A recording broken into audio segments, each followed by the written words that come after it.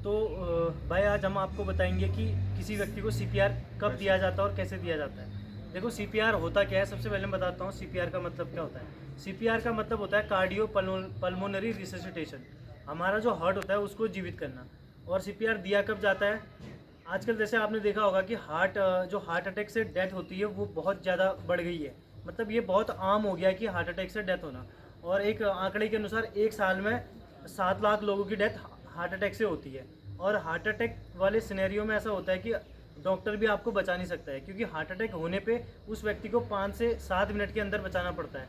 और उतने जल्दी डॉक्टर पेशेंट के पास या पेशेंट डॉक्टर के पास नहीं पहुंच पाता। इस वजह से हम बताएंगे सीपीआर। सीपीआर एक ऐसी टेक्निक है जिससे हार्ट अटैक वाले व्यक्ति को बचाया जा सकता है। और ऐसे ही एक आंकड़ा है जिसके अनुसार जितनी भी हार्ट अटैक से डेथ होती है उन पेशेंटों का आंकड़ा एक बनाया गया है, रेशियो बनाया गया है, जिस रेशियो में ये पता चला है कि 70% जो हार्ट अटैक से डेथ होती है वो घरों के अंदर होती है। 20% जो होती है वो लोग जब काम करने के दौरान इधर उधर होते हैं, बिजी होते हैं, उस दौरान होती है, जैसे अपने कलीग के साथ ऑफिस में हो। और 10% जब उनके आसपास कोई नहीं होता है। तो 90% केसेस ऐसे होते हैं जिनके सराउंडिंग में कोई ना कोई लोग होते हैं। अगर उन लोगों को हार्ट अटैक में कैसे सीपीआर दिया जाता है इस बात का पता नहीं होगा तो वो लोग उस व्यक्ति की जान नहीं बचा पाएंगे, जो कि विदिन 5 से 7 मिनट गोल्डन आवर होता है, गोल्डन जो टाइम होता है। तो सबसे पहले हम बताएंगे कि सीपीआर कैसे दिया जाता है। देखो हमारे पास डमी है, क्योंकि लाइव व्यक्ति पे कभी भी सीपीआर का जो हम डेमोस्ट्रेशन आपको करके बताएंगे वो नहीं किया जाता है। वो सिर्फ किया जाता है विक्टिम पे, या डमी पे आप सीखने के लिए कर सकते हो। तो सपोज दैट आपके सामने, क्योंकि घरों में मैंने बताया कि 70% हार्ट अटैक के केस घरों में होते हैं, और घरों में उनके बाई स्टैंडर्ड उनके साथ कौन होते हैं, उनके परिवार वाले होते हैं। अब परिवार वालों को पता ही ना हो कि सीपीआर कैसे दिया जाता है, तो आप इस चीज़ को परफॉर्म नहीं कर सकते, उस व्यक्ति की जान नहीं बचा सकते हो, क्योंकि जब तक आप हॉस्पिटल ले जाओगे तब तक वो व्यक्ति डेथ कर चुका होगा। तो हम बताऊंगा कि सीपीआर दिया कैसे जाता है। सबसे पहले आपने जैसे कोई भी व्यक्ति हो वो नीचे पड़ा होगा, आपने देखा होगा, एक बार इसको नीचे लेता दो। नीचे नीचे मूर्छित कोई भी, क्योंकि व्यक्ति बेहोश होगा तो ऑब्वियसली बात है कि वो नीचे होगा। तो सबसे पहले ये देखना है कि वो किस सरफेस पे है। जैसे बेड पे अगर वो बेहोश हो गया तो बेड से उसको हार्ड सरफेस ज़मीन पे रख देना है, ज़मीन पे उसको बिल्कुल पैरेलल ज़मीन के उसको नीचे रख देना है। उसके बाद सबसे पहले हमने करना क्या है, जैसे इस तरफ कोई विक्टिम कोई पेशेंट पड़ा है तो सबसे पहले हमने उसकी कॉन्शियसनेस चेक करनी है। उसकी कॉन्शियसनेस चेक करनी है कि वो जिंदा है, ये किसी और वजह से तो बेहोश नहीं हो गया है। आप उसको जोर से थपथपा सकते हो, भाई साहब आप ठीक हो, भाई साहब आप ठीक हो। उसको 2-3 बार आप उसकी कॉन्शियसनेस चेक कर सकते हो।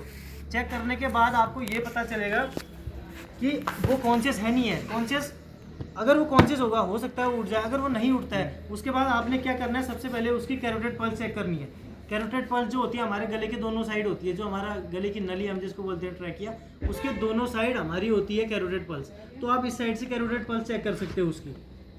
जैसे आपने कैरोटिड पल्स चेक किया, अगर कैरोटिड पल्स प्रेजेंट है तो आप उसको सीपीआर नहीं दोगे। अगर ये एब्सेंट है तो सबसे पहले आपने एम्बुलेंस को कॉल करनी है। एम्बुलेंस को कॉल करने के बाद आपने उसकी ब्रीथिंग चेक करनी है। ब्रीथिंग चेक करने का जो तरीका होता है, जो आपका कान है, कान को बिल्कुल आपने नाक के पास लगानी है, और जो उसका डायफ्राम होता है, जो उसकी चेस्ट होती है, चेस्ट के लगभग थोड़े ऊपर पे आपने हाथ रखना है।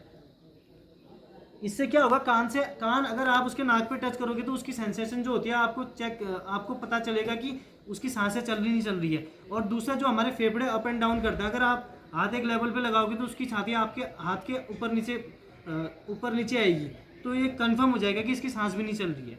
जब आपको पता चल गया कि इसकी पल्स भी नहीं चल रही, सांस भी नहीं चल रही, तो इसका मतलब है कि पेशेंट अनकॉन्शियस है, उसको सीपीआर देना पड़ेगा आपने in case of heart attack.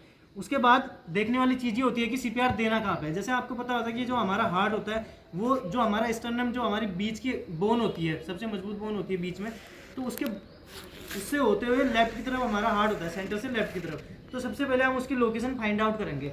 अगर उसने कपड़े पहने तो कपड़े आप खोल सकते हो। उसके बाद सबसे पहले आप उसकी लोकेशन फाइंड आउट करोगे। लोकेशन फाइंड आउट करने के 2-3 तरीके होते हैं। एक तो आप स्टर्नम से सीधे जाते हुए नीचे को आओगे, और जहाँ पे हमारा जाइफाइड प्रोसेस होता है, जैसे आप ऊपर से आओगे बोन से नीचे को आते हो तो यहाँ पे थोड़ा गड्ढा जैसा आपको फील होगा, उसको हम बोलते हैं जाइफाइड प्रोसेस। जाइफाइड प्रोसेस के बाद आप क्या करोगे, अपनी 2 फिंगर ऊपर की तरफ लगाओगे, और अपना मास्टर हैंड जो है, मास्टर हैंड बिल्कुल सेंटर से लेफ्ट की तरफ आप उसको पॉइंट आउट करोगे। उसके बाद अपना दूसरा हाथ है उसको लॉक कर दोगे।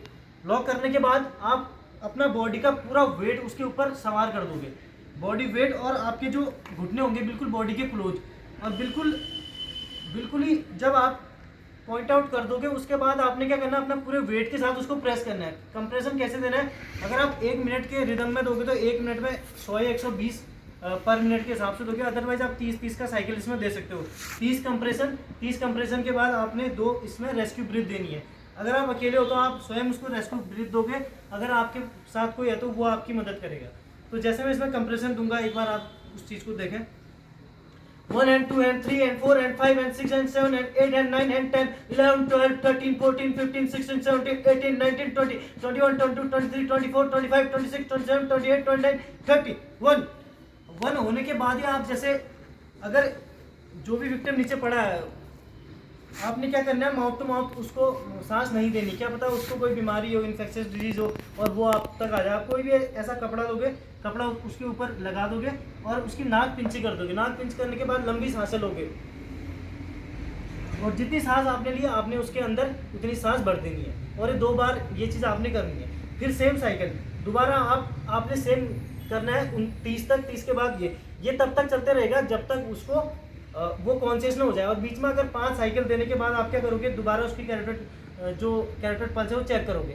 अगर पल्स प्रेजेंट है तो आप अपना साइकिल बंद कर दो, अदरवाइज ये जब तक आप फर्दर हॉस्पिटल इसको न पहुंचाए तब तक आपका ये रिदम चलता रहेगा।